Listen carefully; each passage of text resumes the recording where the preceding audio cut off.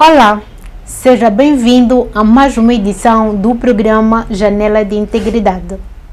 A abertura de crateras para exploração de diferentes inertes e o posterior abandono sem a devida recuperação ambiental contraria a Lei de Minas no artigo 44, número 2, alíneas L e P, que preconizam a reposição, a recuperação ambiental e o encerramento da mina.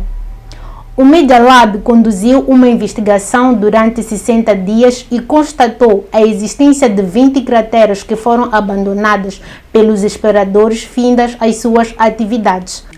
Acompanhe o desenvolvimento desta matéria a seguir.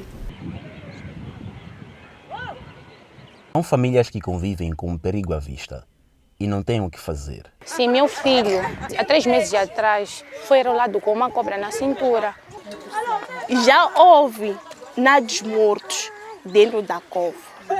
Já houve violações dentro desta cova. Estão elas nos bairros de Maguanini A, na cidade de Maputo, 29 de setembro em Maracuene, Beleluane e Mahanhane em Boane. E nós temos medos. Habituamos, mas não porque gostamos. De longe, aparenta tratar-se de uma simples cova, mas não. São crateras abertas e abandonadas depois da exploração de diferentes inertes. Muita gente diz que tem crocodilo e muitas vezes sai ali naquela casa ali. Muitas delas surgem nos anos 2000 a esta parte, segundo a investigação feita pelo Media Lab.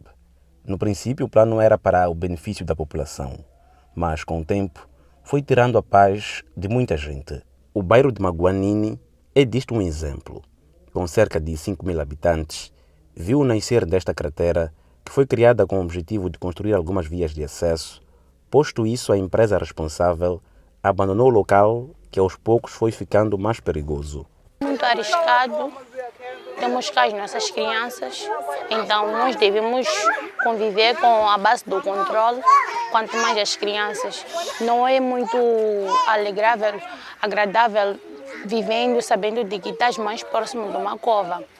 A qualquer momento, qualquer descuido, tens que estar online. Sendo mais, nós temos medo de ver nossos filhos afundarem dentro daquela cova, porque essa água aqui é muito perigosa. Segundo os moradores do bairro, na altura em que a empresa exerceu as suas atividades de exploração, o governo prometeu retirá-los devido ao perigo que a cova poderia trazer futuramente, mas nada foi feito. Já gritamos, até prometeu nos tirar, mas o governo nunca fez nada. Apenas o nosso chefe do quarteirão disse: nós iremos vos tirar daqui, mas não iremos vos dar terreno. Vocês devem procurar terreno vocês sozinhos. Já passou nomes das pessoas que estamos próximo da cova, mas nunca tivemos, não há nada. Não temos promessa de quanto é que pelo menos o governo vai nos tirar daqui.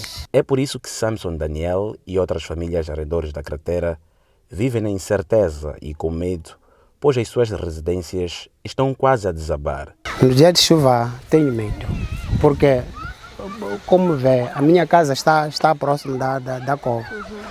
É só graças a Deus ao amanhecer, porque por causa da chuva, tudo isso. Sim. Mas lá já caíram, não é uma, não é duas, lá já caíram. Porque quando faz muita ventania, posso dizer lá que no casa de banho não estão seguras, estão inseguras. Enquanto isso, os moradores do bairro de Maguanini veem a deposição do lixo como uma saída para salvar as suas casas desta cratera com cerca de 500 metros de profundidade. Porque somente a população é que deita lixo, mas mesmo assim não há nenhuma coisa que vai mudar, porque essa cova, da maneira como vê, é muito grande.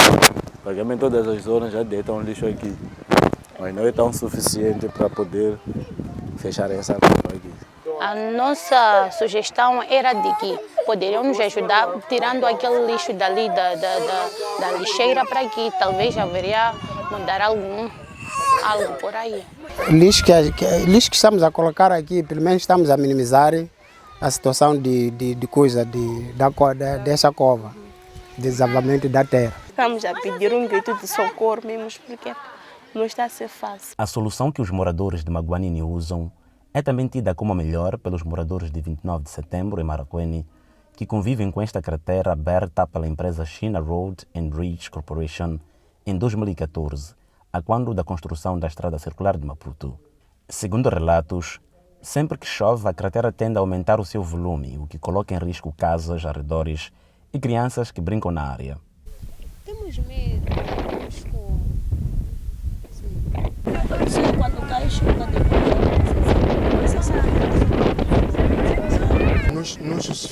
nossos filhos entram aqui, tem água, tem covas aqui dentro aqui. Tem covas aqui dentro, tem água. E os nossos filhos entram aqui, nadam aquilo, brincam com aquela água que está ali dentro. Apresentam um perigo de verdade. Um dia desse não sei, né? Pode acontecer outras coisas que não dá. Yeah. Mas esta não é a única cratera existente em Maracuene. Existem mais 7 em alguns bairros e todas são de conhecimento do governo distrital. Porém, Aníbal Bachete, diretor distrital de Planeamento e Infraestruturas de Maracuene, afirma que cabe à Direção Provincial da Terra e Ambiente ou ao Ministério dos Recursos Minerais e Energia sancionar as empresas que abandonam os locais sem a reposição da terra após a exploração. O que nós temos feito, as ações que nós temos são de fiscalizações. Fiscalizações coordenadas através da Direção Provincial, de Recursos Minerais e Energia. Temos feito também em coordenação com a Direção Provincial do Ambiente, não é? Para aferir o grau da utilização deste areiro. A nossa reportagem não se cingiu apenas em mostrar as crateras de Maguanini e Maracuene. Fomos até Beleluane, em Boane, onde nos deparamos com esta situação. Sim, um rio que na verdade é uma cratera. Foi tirado da areia por mais de 10 anos por um singular que decidiu, por motivos até então desconhecidos, abandonar o local, que hoje periga a vida dos moradores de Beleluane. Aqui em Beleluane, ele fez aqui na areia branca e foi fazer lá na areia vermelha. Na areia vermelha também são confusões que andam a praticar. São covas grandes, enormes, mais que isto aqui. Também está abandonado. Para além disso, esta cratera transformou-se num habitat para alguns animais. Aqui vimos um lagarto, algo que, pelo menos para mim, algo que eu nunca tinha visto antes, né? E faço isso, de repente vejo o lagarto aqui nas bananeiras. Fiquei assustado, é um bicho enorme que eu nunca tinha visto na vida. Foi pela primeira vez eu a ver e peguei terror. Não adianta você descer a cova esta hora aqui, porque dizem que tem um bichinho chamado crocodilo. Cuidado. Eu voltei porque estava sozinha. E a partir daqueles dias eu fui tendo medo, mas com o conforto das outras pessoas, porque não temos alternativa, acabamos descendo na mesma. Aqui assim atrás desse canhoeiro, mas lá para baixo, o lagarto estava a sair. E é enorme. Só que depois de ver aquele todo movimento, a dizermos está ali, está ali, está ali, voltou para a água e nunca mais vi. E nós temos muito medo mesmo. Mas foram traídos pelo tempo e as chuvas que deixaram cada vez mais abertas estas crateras. O exemplo disso é a casa de Francisco Chauque.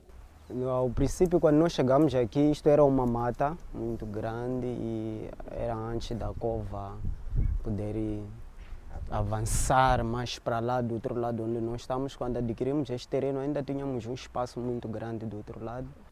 Como forma de perceber o porquê de o local não ter sido fechado após a exploração da areia, nos deslocamos até a casa do proprietário, que por questões de saúde recusou-se a prestar qualquer tipo de declaração. Foi então que recorremos à Direção da Terra e Ambiente e à Direção de Recursos Minerais e Energia, entidades fiscalizadoras e a única com o poder de sancionar a não observância do estabelecido nas alíneas L e P do artigo 44 da Lei de Minas, e esta mostrou-se indisponível para responder ao assunto em causa.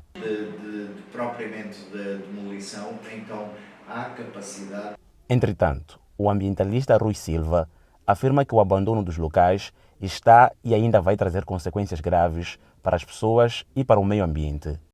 Os impactos são muito fortes, nomeadamente, para já em termos de segurança das próprias comunidades quando são abertas essas crateras. Por outro lado, em termos de efeitos para o ambiente, traz efeitos que prejudicam o ambiente, nomeadamente quando há a questão das chuvas, pode afetar também negativamente os próprios lençóis de água, prejudicando essas comunidades do acesso à própria água. Rui Silva não termina por aí. O impacto mais garantido, digamos assim, é o aceleramento da erosão. Isso traz, obviamente, consequências graves no futuro. Esse é o principal impacto. As comunidades em redores, a própria erosão pode criar problemas. Se estiverem muito próximas dessas crateras, havendo uma maior erosão, obviamente que as suas próprias habitações também acabam por ficar em risco, pondo em risco a vida igualmente das populações.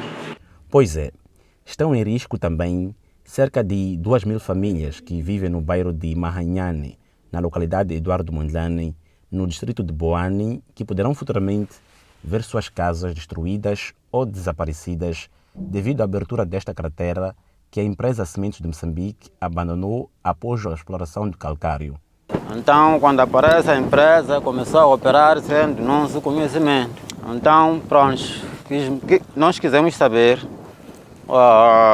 conhecer a empresa quase. Então, é quando já a empresa veio, a direção da empresa, quando veio a direção da empresa, com os dirigentes de lá no distrito. Exato. Então, é quando já chegaram a explicar como é que a empresa aparece. Então, pronto, fiquemos claros, sim, a empresa continuou a operar. E operou por mais 2 anos, o que, segundo o secretário do bairro de Mahanhane, não estava previsto. Mas este abandono preocupou os moradores que veem esta cratera como ameaça no futuro. Posso dizer assim, agora não estou a ver o perigo, talvez ao andar do tempo, mas as pessoas também usam o mesmo caminho para a busca de lenha lá em cima da montanha. Sim, pode haver perigo ao andar do tempo, porque as pessoas estão a construir, a aproximarem para cá, então pode haver perigo ao andar do tempo. Salvador Mondlane acredita que se a empresa tivesse encerrado a mina como manda a lei, não estariam a viver num mar de incertezas. O que nós queríamos que a empresa, na saída da empresa daqui, despedisse, porque se despedisse a empresa não ia deixar essa cova assim como está, podia ter tampado a cova. Mas como a empresa não despediu, pronto, a cova está assim e já não temos como fecharmos a cova.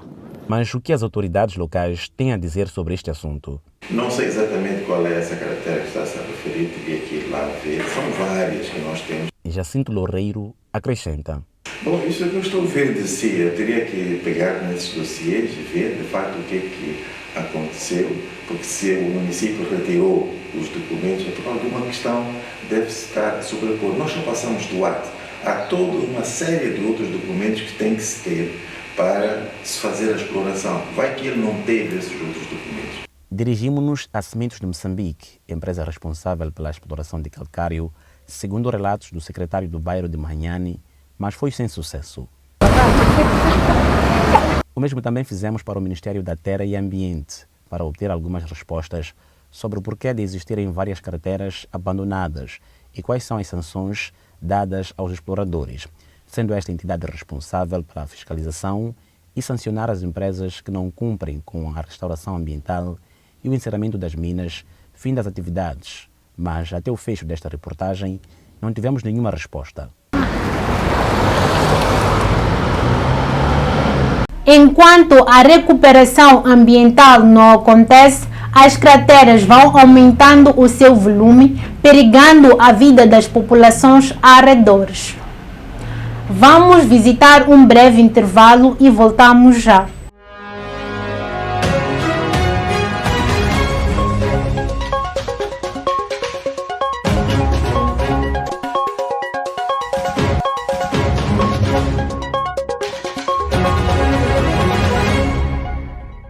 Olá, seja bem-vindo à segunda parte do programa Janela de Integridade. A desaceleração econômica tem contribuído para o elevado custo de vida em Moçambique. Acompanhe. Se o Plano Econômico, Social e Orçamental do Estado previu que o ano de 2023 seria um ano de recuperação econômica e que o mesmo seria sustentado pelos setores da indústria extrativa, com 23,1%, pelo setor da saúde e ação social, com 8,7%, pelo setor da agricultura, com 5,2% e pelo setor da construção, com 5%. Moçambique registrou nos primeiros 6 meses do presente ano um decréscimo de 4,3 pontos percentuais em relação ao igual período do ano passado, o que significa que o país terá um déficit orçamental em 115.056.006 meticais, fazendo com que o país tenha de recorrer a financiamentos externos para alguns setores prioritários, como a saúde e a educação. Mas, em termos quantitativos, o que esse decréscimo significa para a vida e o bolso dos 32,8 milhões de moçambicanos? Com o decréscimo econômico e a queda de investimentos para o setor público, a despesa pública registrou uma subida de 86,6 mil milhões de meticais para 105,8 mil milhões de meticais. Isso só nos primeiros 3 meses do presente ano, o que equivale a 22,2 em termos percentuais. O que equivale a dizer que a vida dos moçambicanos ficou ainda mais difícil no primeiro semestre do ano 2023, com a subida do preço dos bens e serviços. Por exemplo, no mês de abril, o preço da cebola registrou um aumento de 400 meticais para 700 meticais. E no mês de junho, os 10 kg da batata registrou um aumento de 400 meticais para 480 meticais. E o arroz, que custava 1.300 meticais no mês de maio, passou a custar 1.900 meticais no mês de junho. Estes são alguns exemplos que demonstram que a vida ficou mais cara nos primeiros 6 meses do ano. Por outra, o decréscimo econômico está a colocar em causa o Plano Econômico, Social e Orçamental do Estado 2023, que prevê melhorias para os setores da saúde, programas de proteção social e educação. Com a alocação de 41,7 mil milhões de meticais, 11 mil milhões de meticais e 9,9 milhões de meticais, respectivamente. Ora, vejamos, se o valor canalizado ao setor da saúde corresponde a 20% das alocações, o governo não cumpriu com o investimento, criando um déficit sobre a melhoria da qualidade deste setor. Estas oscilações mostram o quanto as projeções feitas pelo Estado eram frágeis, uma vez que se assentavam em áreas de elevado risco e a sua dependência em relação à dinâmica do mercado internacional. A caça furtiva é um mal que tem acabado com as espécies animais em Moçambique. Acompanhe. A caça furtiva é considerada a terceira atividade mais lucrativa do mundo, depois da venda ilegal de drogas e armamento. Além das consequências graves para a biodiversidade, esta prática é responsável pela perda de 24 milhões de empregos em África, o que representa cerca de 6% do total dos postos de trabalho no continente. Moçambique é um dos países mais afetados pelo fenômeno da caça furtiva, com registro de milhares de animais abatidos na última década, sobretudo elefantes e rinocerontes. De 2008 a 2009, foram abatidos mais de 7 mil rinocerontes no conjunto da África do Sul e Moçambique. Por sua vez, em 2013 foram abatidos 668 rinocerontes por caçadores furtivos, segundo dados da Administração Nacional de Áreas de Conservação. Diante deste cenário, o governo moçambicano aprova o regulamento relacionado com o comércio internacional de espécies de fauna e flora silvestres ameaçados de extinção de 2016. Sobretudo, elefantes e rinocerontes, que mais correm perigo devido à caça furtiva, que culmina com a extração de cornos e de presas, artigos que são muito procurados nos países asiáticos para fins medicinais e artísticos. Com a extração de marfim, os caçadores furtivos vendem no mercado negro para a posterior produção de estatuetas, bolas de bilhar e colares. Esta foi mais uma edição do programa Janela de Integridade. Não se esqueça de acompanhar os nossos conteúdos no Facebook e YouTube. Fique bem, até a próxima!